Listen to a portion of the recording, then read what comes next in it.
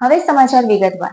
અંકલેશ્વર હાસોટમાં વહેલી સવારે વીજળીના કડાકા સાથે ધોધમાર વરસાદ ખાબક્યો હતો. અંકલેશ્વરમાં 2.5 ઇંચ, હાસોટમાં 1.25 ઇંચ વરસાદ પડ્યો હતો. 10 દિવસમાં પડેલા 2 માવઠામાં ડાંગરના પાકને નાશવંત થતા ખેડૂતોમાં ચિંતા ફેલાઈ હતી. માત્ર 2 કલાકમાં 2.5 ઇંચ વરસાદથી જળબંબાકાર સર્જાયો હતો. અંકલેશ્વરની નીચાણવાળી સોસાયટીઓમાં પાણીએ માર્ગ અવરોધાયો હતો. અંકલેશ્વર અને હાસોટ પંથકમાં નૈઋત્ય ચોમાસાની શરૂઆત પહેલાં જ વરસાદી માહોલ સર્જાયો છે. વહેલી સવારથી કાળા ડિબાંગ વાદળો સાથે મેઘરાજાનું આગમન થયું હતું. વીજળીના કડાકા ભડાકા સાથે ધોધમાર વરસાદ ખાબક્યો હતો.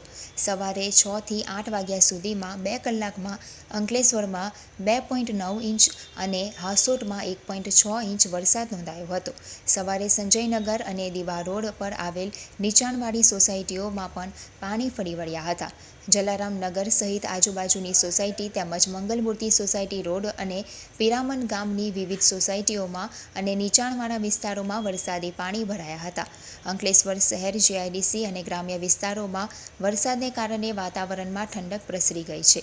ભારે ઉકળાટ અને બફારા વચ્ચે આવેલા વરસાદથી લોકોને ગરમીમાંથી રાહત મળી છે. હવામાન વિભાગે આગામી 7 દિવસ માટે રાજ્યના વિવિધ ભાગોમાં છૂટાછવાયાથી ભારે વરસાદની આગાહી કરી છે. સિઝનમાં બીજી વખત થયેલા કમોસમી વરસાદથી ખેડૂતોમાં ચિંતાનું મોજું ફરી વળ્યું છે.